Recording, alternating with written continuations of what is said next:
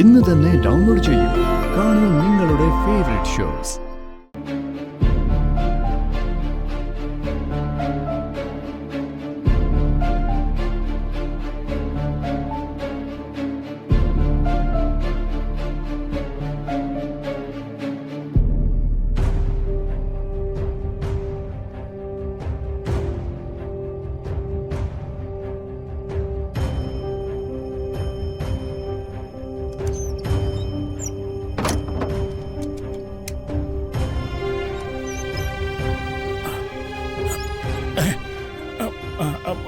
മോള് ഇതുവരെ ഉറങ്ങിയില്ലേ?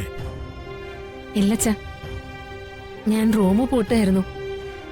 പ്രകാശേട്ടനും മോനും നല്ല ഉറക്കത്തില. അമ്മയെ കാണാൻ അച്ഛൻ പോവാണോ? ഞാൻ ഇറങ്ങിയ.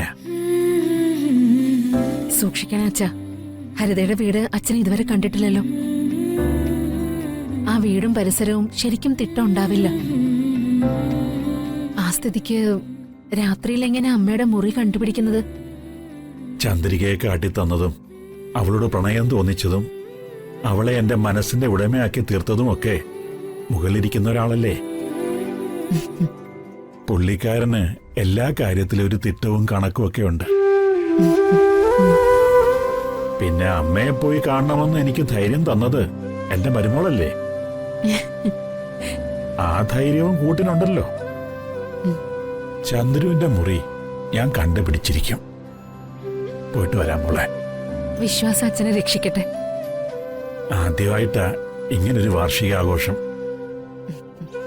ഞാനും എന്റെ ചന്ദ്രുവും മാത്രം തമ്മിൽ കാണുന്നു. അല്ലെങ്കിലും നിങ്ങൾ തമ്മിൽ ഒരുമിച്ച ദിവസത്തെ ഓർത്തെടുക്കാൻ ഇതുപോലൊരു ഒളിച്ചു കാണലാ നല്ലത്. എങ്കിലേ പഴയ വിപ്ലവ പ്രണയത്തിന്റെ ഒരു വൈബ് കിട്ടൂ. അച്ഛാ, അച്ഛന്റെ സ്കൂട്ടർ സ്റ്റാർട്ട് ചെയ്യുന്ന ശബ്ദം കേട്ടാ പ്രകാശനം ഉണരും. പിന്നെ പ്രശ്നമാകും. അതറിയാവുന്നതുകൊണ്ട് സന്ധ്യാസമയത്തെ ഞാൻ സ്കൂട്ടർ പുറത്തിറക്കി വെച്ചു. അതേതായാലും നന്നായി. അച്ഛൻ തിരികെ വരുമ്പോ വിളിക്കാനും ബെല്ലടിക്കാനും ഒന്നും നിൽക്കണ്ട.